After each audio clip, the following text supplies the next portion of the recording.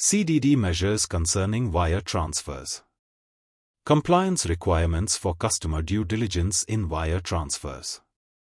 Financial institutions, FIs, are mandated to adhere to specific customer due diligence, CDD, measures related to wire transfers as outlined in the AML CFT decision. These measures are crucial for the identification of originators and beneficiaries, the maintenance of relevant information, and the implementation of risk-based policies and procedures for handling wire transfers, including appropriate follow-up actions. The key components of these requirements are as follows. 1. Purpose and scope of CDD measures. Ensuring information accompaniment. Information on both the originator and the beneficiary must accompany cross-border wire transfers at all stages of execution when the transfer amount equals or exceeds AED 3,500 or its equivalent in any other currency. 2. Obligations of the originator's financial institution. Required information for the originator. Name. The full name of the originator, for natural persons, the name and surname. Account number. The originator's account number, or if unavailable, a unique transaction reference number. Additional details. The originator's address, identification document number, customer identification number, and date and place of birth.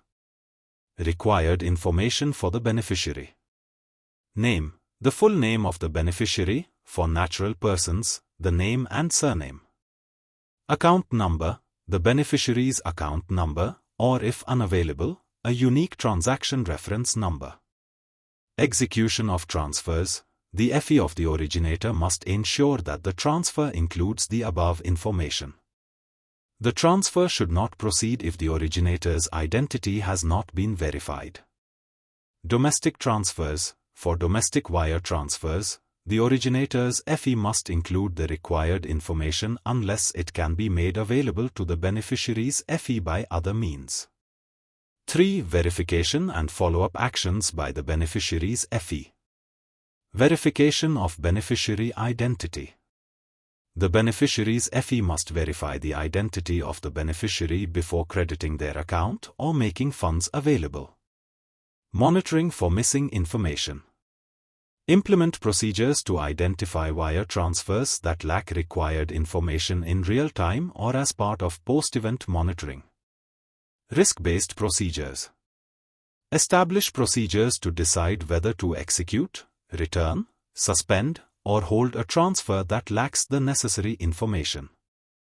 These procedures should also address follow-up actions, such as requesting missing information. 4. Intermediary financial institutions' responsibilities. Transmission of information. Ensure that all required information on the originator and beneficiary is transmitted with the cross-border wire transfer to the beneficiary's FE or another intermediary. Handling technical limitations. If technical issues prevent the transfer of required information in a domestic wire transfer, the intermediary FE must retain all received information. Risk-based procedures. Implement procedures to identify transfers lacking information and determine when to intervene, review, or manually process such transfers. This may involve setting parameters for AML CFT systems, such as transaction value or customer risk classification, that trigger manual review. 5. Handling non-compliance by originating FIs. Addressing repeated failures. If an FE repeatedly fails to provide required information, the beneficiaries or intermediary FE should take steps based on the risk and frequency of violations. Initial steps may include warnings and deadlines, while more severe actions might involve rejecting future transactions or terminating the business relationship. 6. Requirements for virtual asset service providers, VASPs. Information collection and transmission. Originating VASPs must obtain and securely transmit accurate originator and beneficiary information for virtual asset transfers to the beneficiary VASP or FE. Cross-border treatment. All virtual asset transfers by VASPs are to be treated as cross-border transfers for the purpose of applying wire transfer requirements. 7. Ongoing monitoring of wire transfers. Review for red flag indicators. As part of their ongoing account monitoring procedures, FIs should examine the purpose of wire transfers as indicated in their description fields to identify potential red flag indicators.